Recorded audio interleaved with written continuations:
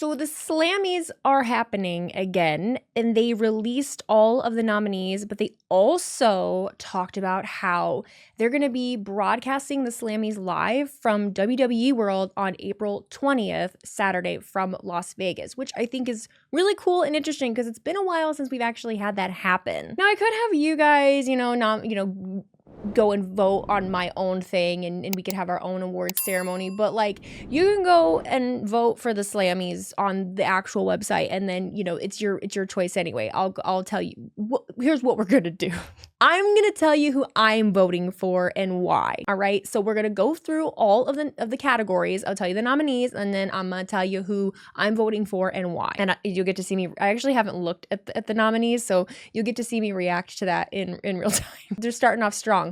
Okay, the male superstar of the year. I don't know, I wanted to give you like an announcer voice, but I probably just sound weird. So male superstar of the year. We've got Cody Rhodes, shocker. Roman Reigns, shocker. Gunther, CM Punk, Damian Priest, Drew McIntyre, I can't help it, Jey Uso, or Seth Rollins. That's a very, very difficult list. Now, Cody Rhodes has been the WWE champion for the entirety of the year. Okay, he won at WrestleMania last year, and he has held that title the whole year. Okay, Roman Reigns 2.0. Roman Reigns, while he has not been around for the entirety of the year, every time that he has been very impactful. And you've gotten to see kind of the highs and lows of what Roman's been going through. CM Punk is just...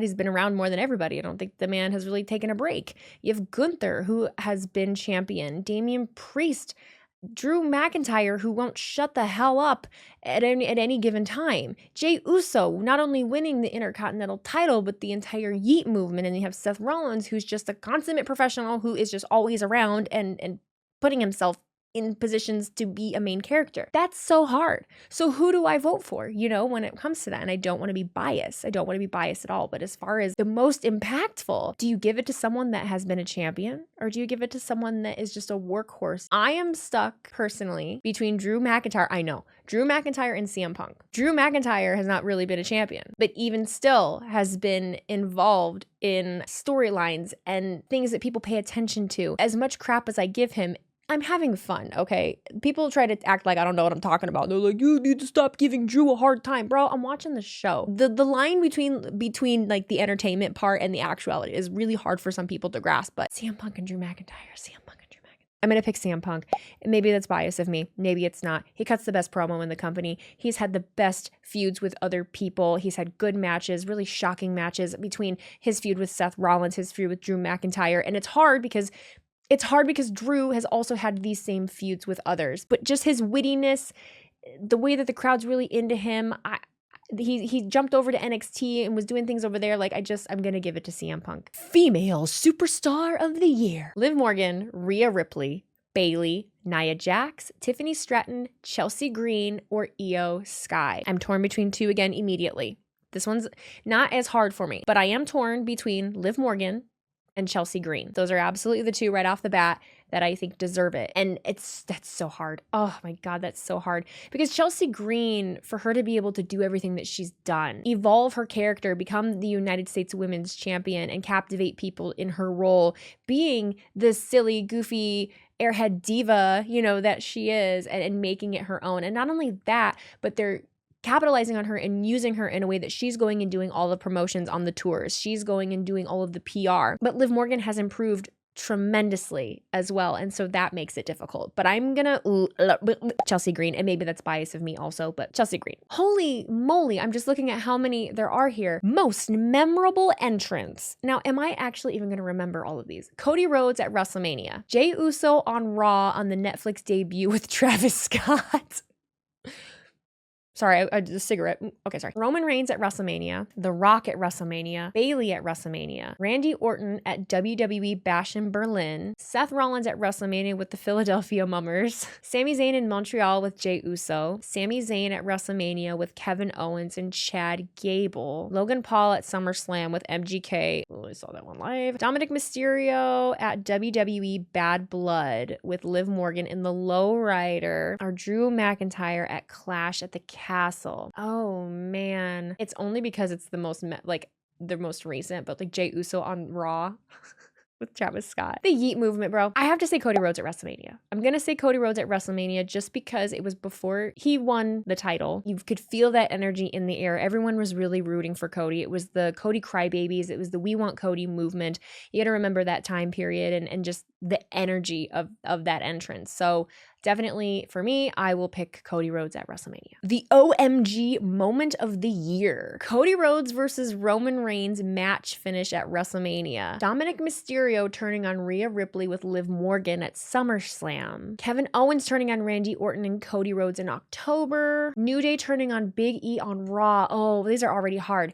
Tiffany Stratton's Money in the Bank cash in on Nia Jax. Damian Priest's Money in the Bank cash in on Drew McIntyre at WrestleMania. Wyatt Six debut on Raw. Braun Breaker spearing ISO Speed at Rumble. Bronson Reed hitting a tsunami on Braun Strowman onto the car. John Cena turning on Cody Rhodes at WWE Elimination Chamber. Ooh. Roman Reigns returning at SummerSlam. Io Sky beating Rhea Ripley to become the Women's World Champion. These are all really good and they're all very difficult. Oh, what do you pick out of that? How do you pick one? Because I'm thinking personally, right? I'm thinking personally. Because everyone's going to be like, oh, the Dominic Mysterio turning on Rhea Ripley wasn't an OMG. For me, it was. Everyone else saw it coming. I didn't. I didn't think that was happening at that point in time. Not going to pick Kevin Owens turning on Randy Orton. New Day turning on Big E. That really. But then John Cena turning on Cody Rhodes. Okay. John Cena turning on Cody Rhodes. Probably going to be a popular answer. It's definitely mine. That's such a huge deal. As cool as all the rest are, John Cena turning on Cody Rhodes is just turning heel in general is such a huge deal. And we're currently in the midst of not knowing where the hell that's headed. So, on to faction of the year. The OG Bloodline, the Judgment Day, the New Bloodline, American Made, or Damage Control. I'm going to say the New Bloodline. Solo Sikoa, Tama Tonga, Tongaloa, Jacob Fatu. I absolutely think that they should win Faction of the Year because none of them by the broader WWE audience were really known. And they came in and Jacob won the people over instantly. Tama and Tonga, they really won people over in their own way and they made it their own. Like, they did such a good job coming in and doing everything that they did that I honestly, the New Bloodline, hands down, the Timu, they called it the New Bloodline. Bitch, we called it the Timu Bloodline. Then we're on to Tag Team of the Year. DIY, Awesome Truth, A-Town Down Under, Jade Cargill and Bianca Belair, Motor City Machine Guns, The Bloodline, The War Raiders, The Judgment Day, The Street Profits, Liv Morgan, and Raquel Rodriguez. Man. What do you even base it off of? That's hard. I immediately do want to go Jade Cargill and Bianca Belair. That's where my mind goes just with the story that they've had throughout the entire year, being the champions, not being the champions, and then now with Jade going away, like all of that entire story I do really like. God, I feel like I'm picking them, but that's a very difficult category right now with the way that the tag division kind of is laid out. Rivalry of the Year. CM Punk and Drew McIntyre. Roman Reigns and Cody Rhodes. Liv Morgan and Rhea Ripley, Damian Priest and Finn Balor, Kevin Owens and Cody Rhodes, Nia Jax and Tiffany Stratton, Bloodline versus Bloodline. That is also impossible. Liv and Rhea did CM Punk and Drew McIntyre. I feel like I have to pick CM Punk and Drew McIntyre solely based on the Hell in a Cell match. And the fact that they kept coming at each other and you just never knew. And my shtick on stream of just rolling my eyes every time Drew comes out and is the grudge that this man held for something that was his fault. Drew screwed Drew. But I really did enjoy it. Even though it was the same thing and they were interacting a lot throughout those months, it still was interesting. I still wanted to see and hear what they had to say. They're so creative and good with their words. So I'm gonna stick with CM Punk and Drew McIntyre. NXT Superstar of the Year. Oba Femi, Roxanne Perez, Trick Williams, Ethan Page, Julia, or Kelani Jordan. Oba Femi or Trick Williams.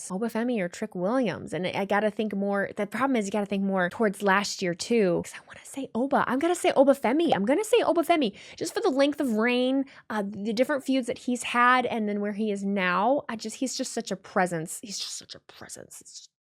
Match of the Year. Roman Reigns, Cody Rhodes at Mania. Punk, Drew McIntyre, Hell in a Cell. Roman Reigns, The Rock, Cody Rhodes, and Seth Rollins at WrestleMania. Liv Morgan, Rhea Ripley at SummerSlam. Damian Priest versus Gunther at SummerSlam. Cody Rhodes versus AJ Styles at Backlash. The 2025 Men's War Games match. Bayley versus Io at Mania. Sammy versus Gunther at Mania. Gunther versus Randy Orton at Bash in Berlin.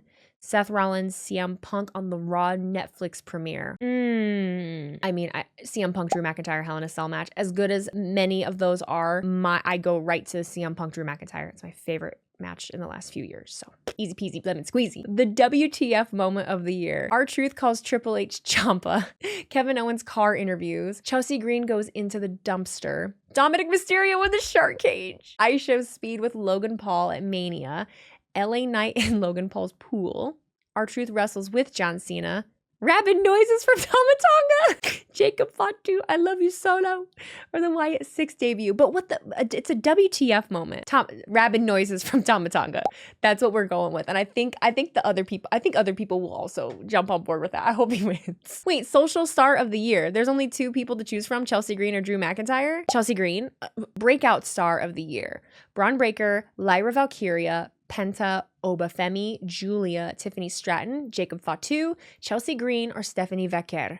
Breakout star of the year. Breakout. Penta and Jacob Fatu. But because of the amount of time that he's been there, I feel like I want to give it to Jacob Fatu. He's had longer to cook. Granted, Penta right off the bat, won everybody over and he's phenomenal. But I'm still going to give it to Jacob just for overall package. Like, people are invested in Jacob. He's obviously very good. Mans can move. He's good on the mic. I love you solo. And that's it. It looks like voting is available on WWE.com. I'm going to go in and submit my actual answers. But let me know down in the comments what your answers are and if any of mine are completely off. I thought these were really good categories. It really made me realize how good of a year in wrestling that we had. If you're not following me on all socials, be sure to do that. I am releasing weekly wrestling content on all of my socials. Take care, guys.